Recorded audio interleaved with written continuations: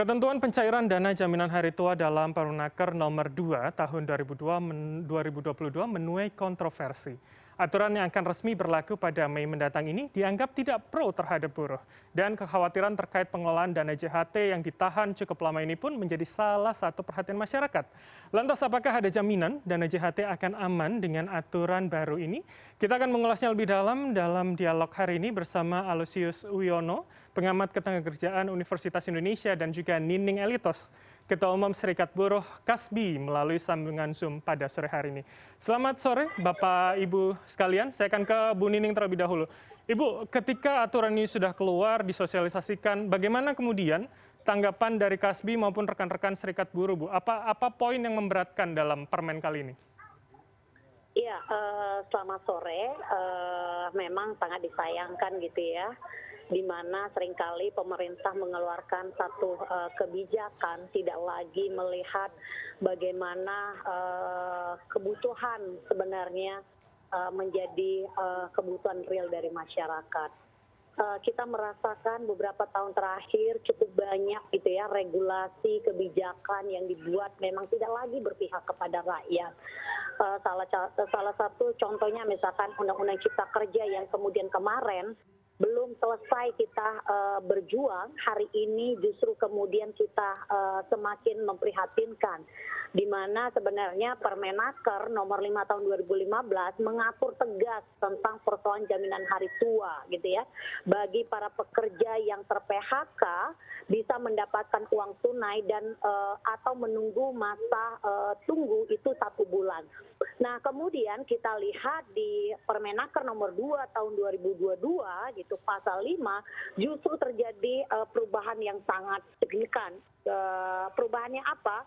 Tentang jaminan hari tua menunggu usia 56 tahun, dan kemudian bagi yang ter-PHK atau mengundurkan diri justru tidak lagi bisa untuk segera untuk mendapatkan halnya. Kenapa? Sebenarnya sejak dari awal BPJS kita sudah menyampaikan bukan lagi sebagai jaminan sosial, tapi adalah asuransi yang dibuatkan oleh pemerintah. Kenapa? Dari program itu adalah berdasarkan cost sharing, artinya berdasarkan iuran, maka kaum buruh atau masyarakat bisa menerima manfaatnya.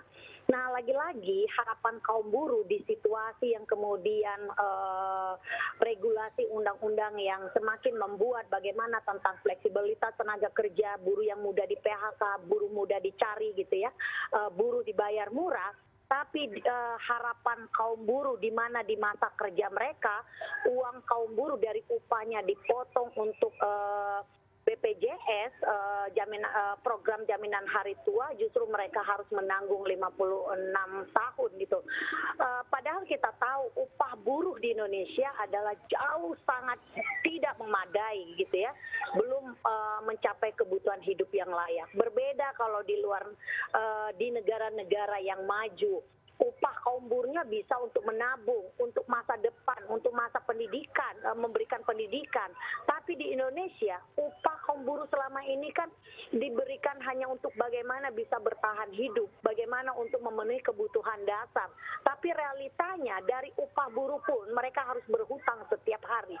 Nah, di sisi lain ketika kaum buruh, misalkan buruh bekerja, ketika mereka kontrak atau alidaya harian, yang 5 tahun mereka sudah bekerja, harapan mereka bagaimana uang yang mereka simpan gitu ya, bisa dijadikan buat modal, atau paling tidak mereka bisa gunakan untuk mereka bertahan hidup. Lagi-lagi ini sebuah kebijakan gitu ya, yang membuat semakin sulitnya kaum buruh gitu. Ini yang kemudian kenapa kita mengkritik kepada pemerintah gitu ya, gitu, untuk agar tidak membuat berbagai macam kebijakan itu semakin menyulitkan. Itu kan uang buruh yang kemudian dipotong lewat perusahaan dikelola oleh BPJS. Kemudian ketika kaum buruh menjadi korban PHK, kalau kemudian saya baru baca tadi Menteri Tenaga Kerja bilang bahwa itu untuk masa depan. Hari ini kita boro-boro bicara untuk masa depan gitu ya. Buruh yang ter-PHK sebulan setelah di PHK itu mereka harus mencari pekerjaan yang sulit, untuk berusaha juga tidak punya modal. Mau tidak mau, uang tabungan yang mereka simpan di BPJS itu adalah sebagai modal dari kaum buruh. Itu. Baik, ini poin menarik begitu ya ketika Anda tadi mengatakan memang upah hari ini ternyata memang tidak cukup untuk menabung seperti halnya bagaimana upah buruh pada pekerja di luar negeri begitu. Nah, saya ingin ke Prof. Uy. Prof, jika Anda lihat kondisi ini sebenarnya apakah memang ini peraturan Permen ini hanya merugikan atau Anda melihat ada sisi lain begitu, Prof? Ya, baik. Mengenai peraturan yang baru diterbitkan ini, tentunya kalau kita bandingkan dengan ketentuan sebelumnya, nomor 19 tahun 2015, itu jauh berbeda. Menurut ketentuan yang baru ini, mereka yang terkena PHK, mereka yang mengundurkan diri, itu harus mengambil THT pada usia 56 tahun. Sebelum 56 tahun, uang mereka ditahan. Katakanlah mereka di PHK pada usia 30 tahun, berarti dia juga harus menunggu pada usia 56 tahun CHT-nya. Nah, CHT ini kan sebetulnya merupakan tabungan pekerja yang dikelola oleh BPJS. Nah, tabungan pekerja ini tentunya harus diberikan kepada pekerja pada saat dia membutuhkan. Pada saat dia membutuhkan, katakanlah dia di PHK. Di PHK, artinya PHK itu akibat dari kemauan pengusaha, bukan kemauan buruh. Kalau kemauan buruh itu mengundurkan diri. Nah, kalau mengundurkan diri saya kira tidak merugikan. Karena mereka tahu mengundurkan diri akan mendapatkan pekerjaan baru, kemudian BPJS-nya dilanjutkan. Itu yang mengundurkan diri. Tetapi kalau di PHK, berarti dia tidak mendapatkan pesangon dia. Dan kalau kita lihat pesangon yang diberikan pada pekerja pada sekarang ini tunduk pada Undang-Undang 11 tahun 2020 tentang Cipta Kerja itu nilainya lebih rendah. Oleh karena itu kebutuhan akan CHT yang diberikan kepada pekerja itu sangat dibutuhkan untuk menanggung beban pekerjaan dia karena dia di PHK. Saya kira demikian. Baik, Prof, ini artinya Permenaker kali ini memang harus dikaji ulang begitu ya, Prof ya? Apalagi untuk yang di PHK, kalau Anda katakan tadi ketika PHK itu kan bukan kemauan dari pekerja, bukan kemauan dari buruhnya, Prof. Ya, ya betul. Artinya harus dikaji ulang. Artinya khusus untuk pengaturan untuk pekerja yang di PHK itu harus diberikan. Sehingga pada saat dia di PHK, dia mendapatkan uang CHT dan uang pesangon. Tapi kalau dia tidak di PHK, berarti ya terus saja sampai usia pensiun 56 tahun itu. Saya kira demikian. Baik, Prof, ini kemudian publik menganggap seakan-akan Kementerian Tenaga Kerja menyamaratakan begitu, Prof, antara mereka yang di PHK atau mereka yang kemudian mengundurkan diri atau resign begitu. Anda melihat apakah memang demikian atau seharusnya memang ada aturan turunannya begitu, Prof, untuk kemudian lebih detail mengatur bagaimana yang di PHK dan bagaimana yang juga mengundurkan diri, Prof Wi? Ya, itu harus dibedakan itu. Yang mengundurkan diri, yaitu tetap diatur dalam Permenaker 2 tahun 2022 itu. Itu sudah betul itu. Tetapi yang harus dirubah adalah pekerja yang di PHK. Pekerja yang di PHK itu harus mendapatkan uang jaminan hari tuanya. Saya kira demikian. Baik, Prof, kalau kita lihat ada kemudian potensi penyimpangan begitu ketika hari ini misalkan nanti akan diberlakukan pada Mei mendatang, artinya pemerintah akan punya waktu yang lebih panjang begitu untuk menyimpan, mengelola uang dari masyarakat atau buruh begitu. Nah, bagaimana kemudian untuk bisa mengontrol dan juga kita sebagai masyarakat bisa memantau, Prof, agar tidak ada penyelewengan sehingga nanti kemudian ketika buruh sudah menunggu waktu yang lama ternyata uangnya hilang begitu misalkan karena korupsi atau penyelewengan lainnya. Seperti apa, Prof? Ya, itu memang kemungkinan bisa terjadi. Tetapi kan BPJS ini ada salah satu komisarisnya adalah dari pekerja, dari serikat buruh. Nah, komisaris ini akan mengawasi pelaksanaan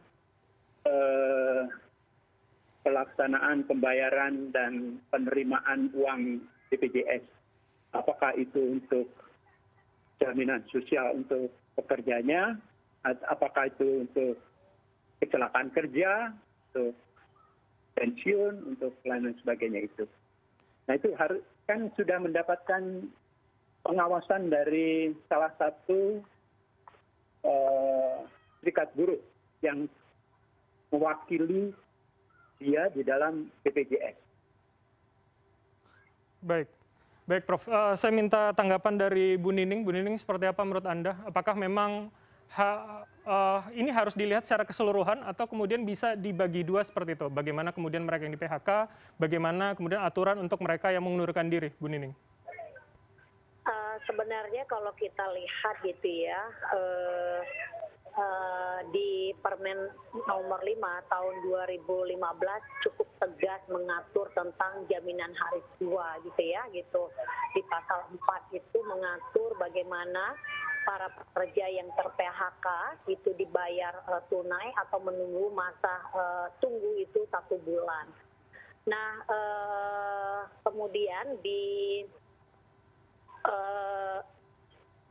Permenaker nomor 2 tahun 2002 justru mengatur tentang persoalan buruh ter-PHK mengundurkan diri atau meninggalkan Indonesia selama-lamanya, kan gitu. Nah, yang menjadi persoalan bagi kita adalah selama ini sebenarnya harapan dari kaum buruh itu ada BPJS itu adalah betul-betul bagaimana memberikan manfaat dan kemudahan bagi kaum buruh atau yang memberikan kontribusi yang iuran selama ini. Nah, problem selama ini kan sebenarnya kalau kita ingat tahun kemarin begitu mencuatnya kasus persoalan korupsi gitu ya, gitu. Seandainya gini, buruh ketika bekerja mereka diperlakukan semena-mena, upahnya tidak hak-haknya tidak diberikan. Nah, ketika buruh tidak mungkin lagi bertahan bekerja di sana, harus mengundurkan diri gitu ya. Dia harus menunggu 56 tahun, sedangkan kesejahteraannya masih minim, apalagi dengan Undang-Undang Cipta Kerja yang pemberian pesangon yang semakin minimalis hari ini itu akan membuat satu persoalan yang baru. Sebenarnya kita melihatnya kebijakan ini justru kemudian selain membuat keruwetan gitu ya, membuat orang-orang yang kemudian yang tadi Prof sampaikan tentang buruh ketika bekerja 2 tahun atau 1 tahun, 3 tahun, usianya belum mencapai 56 tahun, dia ter-PHK atau seringkali misalkan PHK-nya semena-mena ketika berproses dalam proses hukum, itu hal untuk paling tidak adalah untuk menambah amunisi mereka bisa bertahan hidup. Sebenarnya itu gitu ya, gitu. Sebenarnya kalau pemerintah membuat satu kebijakan seharusnya ada kemudahan, ada manfaat yang lebih bagi kaum buruh atau masyarakat. Nah, kita justru melihatnya ini adalah semakin mempersulit gitu keadaan kaum buruh, di mana selama ini upahnya rendah, terus kemudian mempertahankan bagaimana bisa untuk mencukupi kebutuhan hidup sehari-hari yang kemudian harus biaya pendidikan yang juga semakin tinggi, itu akan menjadi satu persoalan. Nah, ketika mereka menjadi korban PHK ataupun mengundurkan diri, dua-duanya semakin menyulitkan gitu loh. Bagaimana ini saya sedang sedang di wilayah Sumatera nih, wilayah Maideling Natal.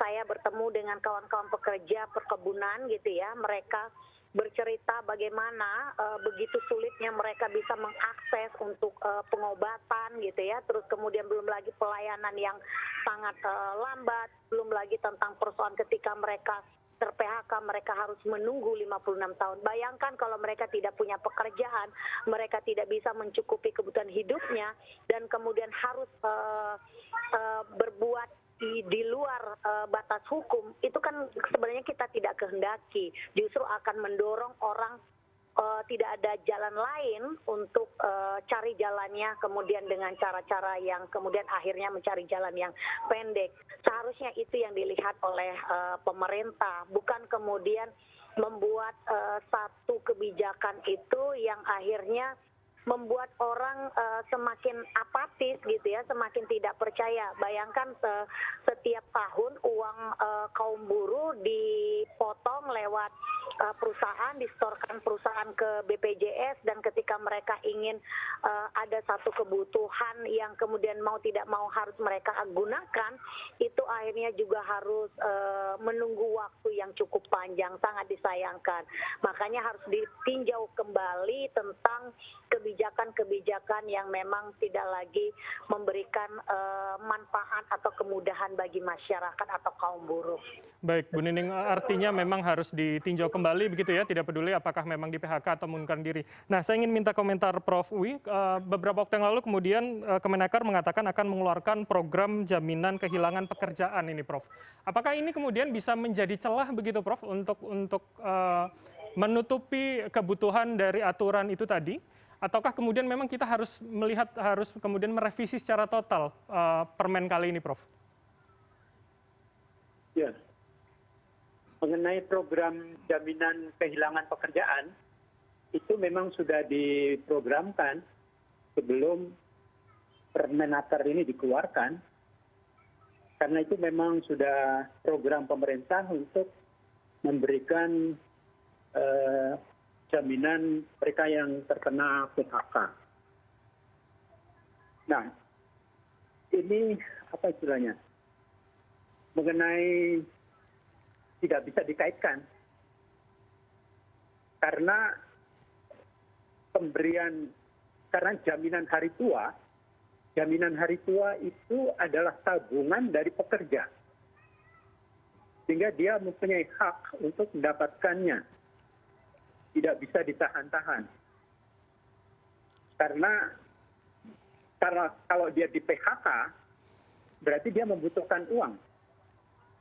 Tidak harus menunggu sampai beberapa tahun baru mendapatkan uang.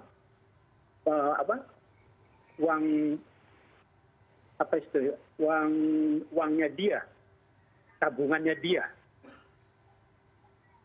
Sehingga dengan demikian menurut saya ketentuan tentang jaminan hari tua ini harus merubah sesuai dengan Permenaker nomor 19 tahun 2015. Kembalikan saja, khusus mengenai PHK terhadap pekerja. Baik. Ya. Baik, Prof. Artinya memang kita memang harus mengkaji ulang begitu ya, apakah ini tepat, dan kita tunggu bagaimana respon dari Kementerian Tenaga Kerja atas respon dari publik terkait dengan Permenaker kali ini. Terima kasih telah bergabung bersama kami, pengamat Ketenagakerjaan Universitas Indonesia, Aloysius Wiono, dan sebelumnya juga ada Ketua Umum Serikat Buruh Kasbi, Nining Elitos. Terima kasih Bapak dan Ibu sekalian telah bergabung bersama kami melalui sambungan Zoom. Baik, terima kasih.